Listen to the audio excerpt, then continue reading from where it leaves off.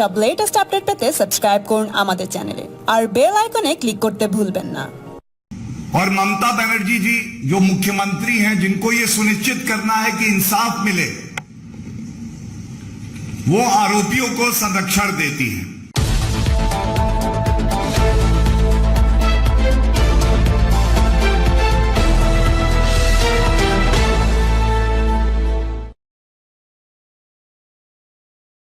संजय मयूख जी, आज ये प्रेस वार्ता एक बहुत अहम बिंदु पे है। जैसा सभी न्यूज चैनल्स दिखा रहे हैं, पश्चिम बंगाल में भारतीय जनता पार्टी युवा मोर्चा का एक युवा कर्मठ ईमानदार कार्यकर्ता मार दिया जाता है, उसकी हत्या कर दी जाती है, उसका शव फंदे से लटका हुआ मिलता है और उसका कसूर केवल इतना है कि वो एक विपक्षी पार्टी का संविधान में आस्था रखने वाला कार्यकर्ता है, नागरिक है।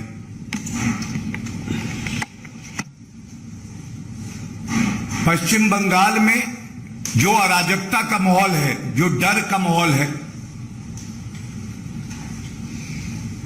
मुख्यमंत्री ममता बनर्जी गृह मंत्री भी है और ऐसा लगता है कि वो वहां की जनता के लिए मन में कोई आदर भाव नहीं रखती। और अगर आप विपक्षी पार्टी के कार्यकर्ता और लीडर हैं तो आपको सजाए मौत दी जाती है। 2 मई कानून व्यवस्था पश्चिम बंगाल में गई, एक सिलसिला चालू होता है। जितने भाजपा के कार्यकर्ता हैं, लीडर हैं,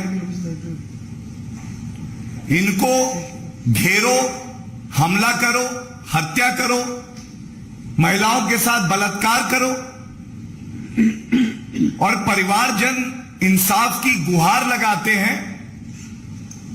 और ममता बनर्जी जी जो मुख्यमंत्री हैं, जिनको यह सुनिश्चित करना है कि इंसाफ मिले, वो आरोपियों को संरक्षण देती है। और यह दुख की बात इसलिए है, जो तथ्य सामने आए हैं कि हमारे भाई युवा कार्यकर्ता अर्जुन चौरसिया, इनको धमकियां चुनाव के बाद आ रही थी और ये टीएमसी के गुंडे ही देते थे। क्यों नहीं सुरक्षा का इंतजाम किया गया? क्यों नहीं गिरफ्तारी की गई? ये बड़े दुख की बात है और आज एक कड़ा संदेश इस मंच से जाना है। भारतीय जनता पार्टी की तरफ से एक बात स्पष्ट कर दें, ये जो भय और अराजकता का माहौल आप बनाने का प्रयास कर रही हैं, ये जो रक्त रंजित राजनीति आप करवा रही हैं, इसका अंत कोई करेगा तो वो भारतीय जनता पार्टी है। आज शोकलिप्त परिवार के साथ भारतीय जनता पार्टी के राष्ट्रीय अध्यक्ष से लेकर हर कार्यकर्ता खड़ा है और इतना जरूर कहेंगे कि ममता बनर्जी जो गुरूर में जी रही हैं, अगर जनता सत्ता देना जानती है तो भारतीय जनता पार्टी वो पार्टी है जो जनता के साथ मिलकर आपको उखाड़ के फेंकना भी जानती है। और यह कहना भी गलत नहीं होगा, यह संयोग नहीं है, यह प्रयोग है कि गृह मंत्री आदरणीय श्री अमित शाह जी पश्चिम बंगाल दौरे पर थे। हमारा भाई अर्जुन जो एक कर्मठ युवा नेता था, 27 साल का। उसकी एक जिम्मेदारी थी कि वो एक बाइक रैली का नेतृत्व करे और स्वागत करे। तो प्रयोग यह किया जाता है कि ये संदेश दे रहे हैं, अगर टीएमसी का विरोध किया, जो भ्रष्टाचार, सांप्रदायिक राजनीति, तुष्टीकरण की राजनीति ममता बनर्जी जी पश्चिम बंगाल में कर रही हैं, इसका विरोध किया तो तुम्हारे हिस्से में सजाए मौत आती है।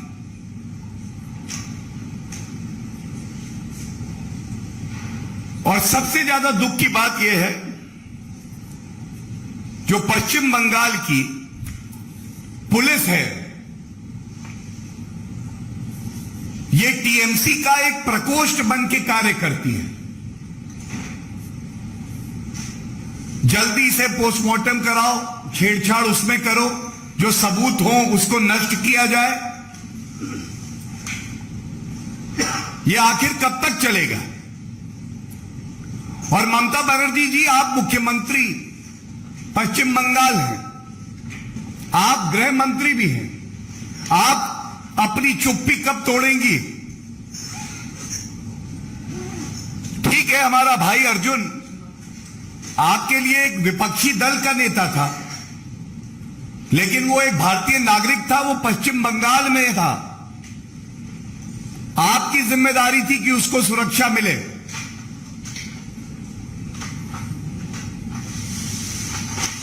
और जनता इनको सबक सिखाएगी और भारतीय जनता पार्टी पुरजोर तरीके से इनका विरोध करके इनका सुपड़ा साफ करेगी।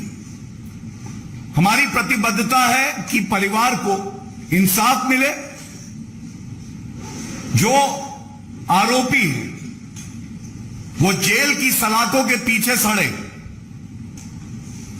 लेकिन इतिहास गवाह है, 22 मार्च जब चुनाव घोषित हुए पश्चिम बंगाल के, उसके बाद से 181 राजनीतिक हिंसा की घटनाएं हुई। सर्वोच्च न्यायालय ने फटकार लगाई ममता बनर्जी को। कोलकाता हाईकोर्ट ने सीबीआई जांच का आदेश दिया। और ये मामले इतने गंभीर थे कि इसमें 64 हत्या के मामले थे और 52 बलात्कार के मामले थे। और ये आदेश का जो सार था वो मैं आपके समक्ष रख दूं। पश्चिम बंगाल की पुलिस वर्दी पहन के ममता बनर्जी के इशारों पर कार्य कर रही थी, गुंडों को बचा रही थी, जो अपराधी थे उनको बचा रही थी। इसलिए निष्पक्ष जांच के लिए न्यायालय ने पाया कि यह न्याय संगत होगा कि सीबीआई इन मामलों की जांच करे।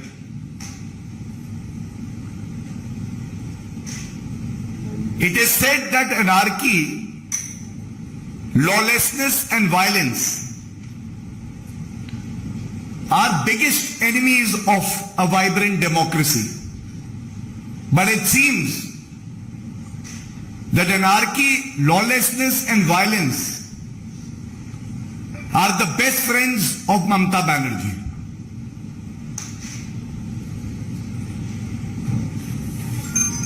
हम इस मंच से ये उम्मीद करते हैं कि ममता बनर्जी अपनी चुप्पी तोड़ेंगी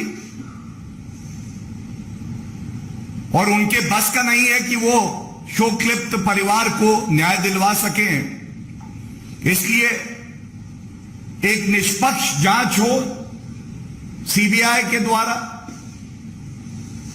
और ये भी गुहार लगाते हैं कि उच्च न्यायालय और सर्वोच्च न्यायालय ये जो राजनीतिक हिंसा और हत्याएं हो रही हैं इसका संज्ञान लेके स्यो मोटो सुनिश्चित करेगा कि इन परिवारों को इंसाफ मिले। इसी क्रम में जिस तरह से पश्चिम बंगाल में हमने देखा है राजनीतिक हत्या हो रही है, आज ये एक सवाल उठ रहा है भारतीय राजनीति में भी, जिन प्रदेशों में भारतीय जनता पार्टी की सरकार है वहां पे कानून का राज है, वहां पे नागरिक सुरक्षित महसूस करते हैं और अपराधी कानून से डरते हैं। लेकिन अभी हैदराबाद में भी हमने देखा किस तरह से बिल्लीपुरम नागराजू एक युवा, उसको चाकू घोंपकर मार दिया गया। फिर सवाल आएगा, विपक्षी राज्य, वही तुष्टीकरण की राजनीति, नागराजू का कसूर क्या था? उसका कसूर केवल इतना था कि वो एक हिंदू युवा था, उसको एक युवती से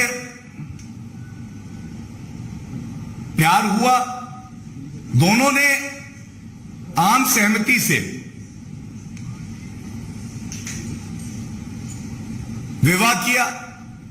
लेकिन ये जो तुष्टीकरण करने वाला ब्रिगेड है,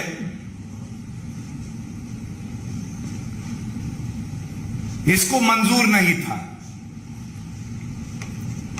और बहुत दुख के साथ बड़ी जिम्मेदारी से आज हम ये बात आपके समक्ष रखते हैं, जितने विपक्ष द्वारा शासित राज्य हैं, पश्चिम बंगाल हो, चाहे हम यहां देख रहे हैं तेलंगाना में, पंजाब में हमने देखा किस तरह से दुरुपयोग हो रहा है फिर से वर्दी का। यह दर्शाता है कि एक इंसान की जान की कीमत कितनी है इनकी नजरों में।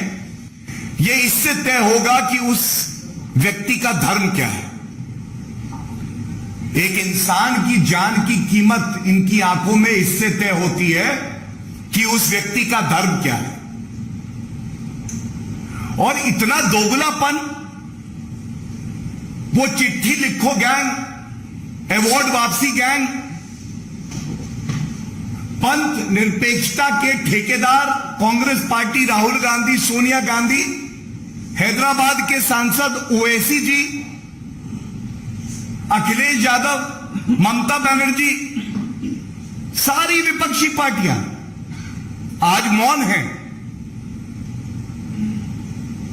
क्योंकि ये एक अपराध है। तो क्या हुआ, हमें हमारा वोट बैंक चाहिए। और इसमें एक बात मैं और जोड़ दूं, निंदनीय है कि पुलिस अभी विवेचना पूरी नहीं हुई, चार्जशीट आपने फाइल नहीं करी और कहती है ये सांप्रदायिक मामला नहीं है, यहां पे धर्म का कोई लेना देना नहीं, नफरत की कोई बात नहीं, it is an isolated incident. So from this platform very responsibly we raise this question when the investigation is not complete and it is apparent on the face of all records that are out that this crime has been committed because of communal hatred. Who gave the instructions to the police to make this premature statement? और ये इंसान की जान है, वो किसी भी धर्म का हो, किसी भी जात का हो। लेकिन ये मुद्दा इसलिए बड़ा व्यापक है क्योंकि ये लोग बात करते थे दलितों की, ये लोग बात करते थे एकता की, तो आज कोई विपक्षी दल ये नहीं बताएगा कि हमारा भाई नागराजू जिसकी हत्या हो गई वो एक दलित था, आप लोगों ने चुप्पी क्यों साध रखी है?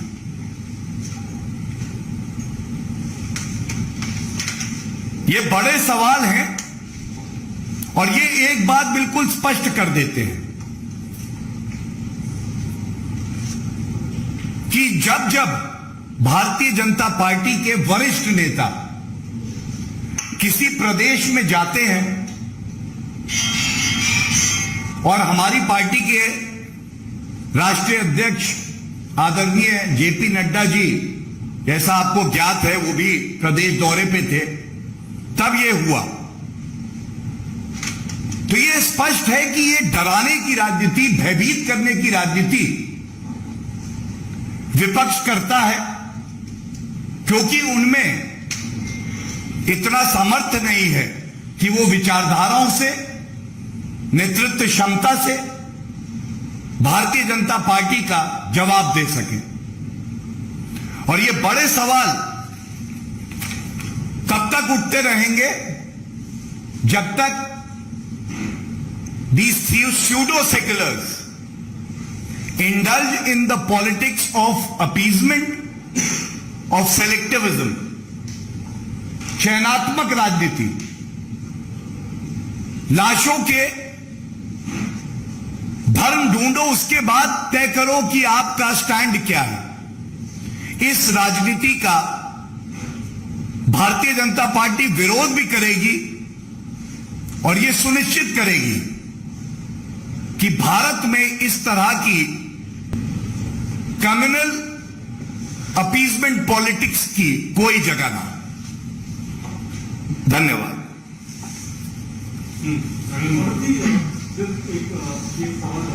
आपके स्टेट में भी बीजेपी से बार बार आते हैं, 355 या 356 होनी चाहिए। आपके स्टेट प्रेसिडेंट ने भी ये बात को एंडोर्स किया, लेकिन सेंट्रल बीजेपी से ऐसी कोई बात कहीं नहीं की है। You are talking about article 355? Article 355 और 355। Yes. So let me say this with some responsibility. As a spokesperson of the party,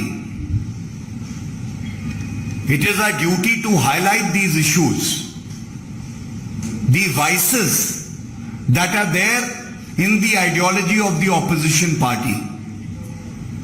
But keeping with the spirit of the Constitution, we all know we have a very effective, learned Home Minister, Shri Amit Shah ji. He will definitely look into all the aspects and then act as per the Constitution. Thank you.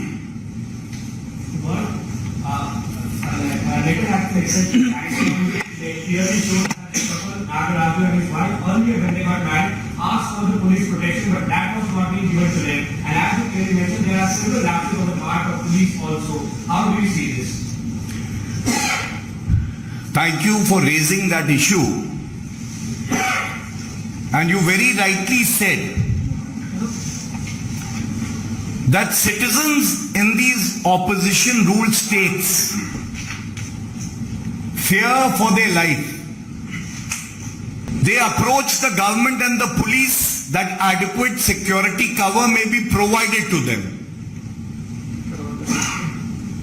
And it seems very clearly that because of the religious preferences of the leaders who are ruling the state, they treat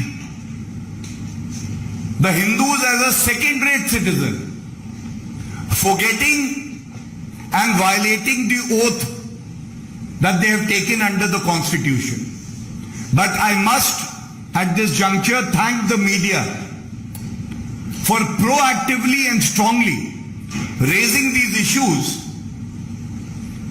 and together we will ensure that the families of these victims get justice, their honor is restored, and the politics of our country changes. Gaurav ji, Punjab police Punjab Haryana high court जाके Haryana police ने jail उनके काम में बाधा पहुंचाई है, कुछ कहना उचित नहीं समझूंगा। केवल एक बात कहूंगा, न्यायालय जब न्याय करता है ना तो दूध का दूध और पानी का पानी हो जाता है, और जो दुरुपयोग किया जा रहा है पुलिस का, वो भी सबके समक्ष जरूर आ जाएगा। धन्यवाद।